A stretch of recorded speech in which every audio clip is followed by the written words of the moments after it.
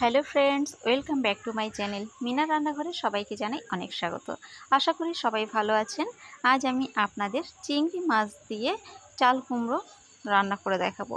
তো চিংড়ি মাছ দিয়ে চাল কুমড়ো রান্না করব। আমি এতে কিন্তু কোনো রকম মশলা ব্যবহার করব না।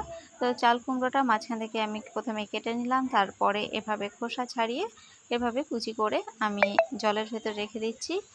তো এই যে সবগুলোই আমি এভাবে কেটে নিয়েছি আর ভালো করে ধুয়ে একটা পাত্রে রেখে দিয়েছি। আর এখানে চিংড়ি মাছ নিয়েছি 200 গ্রাম, আর এখানে নিয়েছি ধনেপাতা কুচি আর কয়েকটা কাঁচা লঙ্কা। লঙ্কাটা আপনারা আপনাদের স্বাদ অনুযায়ী দেবেন। আর এদিকে গ্যাসটা অন করে কড়াই বসিয়ে দিয়েছি। কড়াইটা গরম হয়ে গেলে দিয়ে দিয়েছি সর্ষের তেল। এরপর আমি চিংড়ি মাছটা ভেজে নেব। তার জন্য এখানটায় চিংড়ি মাছের ওপরে পরিমাণ মতো হলুদ গুঁড়ো আর পরিমাণ মতো নুন দিয়ে আমি এটা মেখে নিলাম। তারপর এইবার গরম তেলে এই চিংড়ি মাছটাকে আমি ভেজে নেব। আর আপনারা সকলেই জানেন চিংড়ি মাছ কিন্তু খুব বেশি ভাজবার দরকার হয় না, বেশি ভাজলে কিন্তু চিংড়ি মাছ শক্ত হয়ে যায়।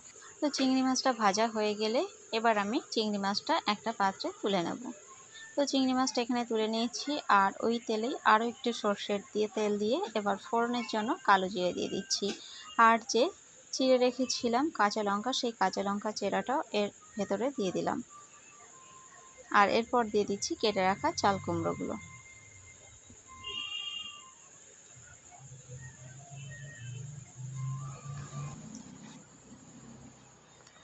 তো চাল কুমড়োটা আমার দেওয়া হয়ে গেছে। এরপর দিয়ে দিচ্ছি পরিমাণ মতো নুন আর দিয়ে দেব পরিমাণ মতো হলুদ গুঁড়ো দিয়ে একটু নাড়াচাড়া করে একটা ঢাকনা দিয়ে আমি এটা কিছুক্ষণ জাল করব। তো কিছুক্ষণ এটা জাল করার পর একটা খুন্তি দিয়ে আমি একটু নাড়াচাড়া করে নিচ্ছি।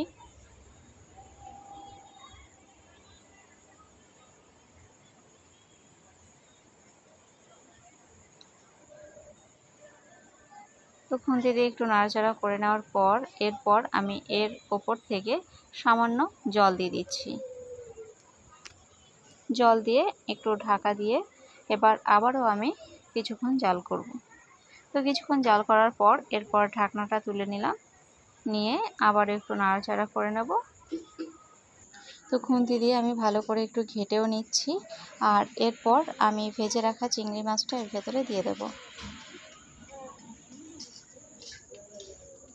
তো চিংড়ি মাছটা এর ভেতরে দিয়ে আমি আরেকটু ভালো করে নাড়াচাড়া করে নিচ্ছি, যাতে সব কিছুর সাথে চিংড়ি মাছটা ভালোভাবে মিশে যায়। এরপর আমি একটা ঢাকনা দিয়ে ঢাকা দিয়ে 2 মিনিটের জন্য জাল করে নিচ্ছি। ফিরে এলাম 2 মিনিট পর। ঢাকনাটা তুলে আবারও আমি একটু নাড়াচাড়া করে নিচ্ছি। আর এরপর এর স্বাদটাকে ব্যালেন্স করার জন্য আমি 1 চামচ চিনি দিয়ে দিচ্ছি। এটা যদি আপনাদের পছন্দ না হয় তাহলে আপনারা বাদ দিতে পারেন, তবে চিনি দিলে এর স্বাদটা একটু চেঞ্জ হয়। সবশেষে দিয়ে দিচ্ছি ধনিয়া পাতা কুচি। ধনিয়া পাতা কুচি দেওয়ার পর আমি এটা একটু নাড়াচাড়া করেই নামিয়ে নেব।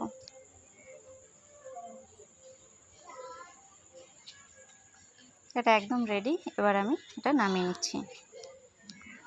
তো আমি এখানে একটা পাত্রে নামিয়ে নিচ্ছি। আর এটা দেখেছেন একদম কিন্তু গামাখা, কোনো ঝোল হয়নি। তো আপনাদের এই চিংড়ি মাছ দিয়ে চাল কুমড়োর রেসিপিটা কেমন লাগলো কমেন্টে জানাতে ভুলবেন না। ভালো লাগলে একটা লাইক করে দেবেন আর বন্ধুদের সাথে একটু শেয়ার করে দেবেন।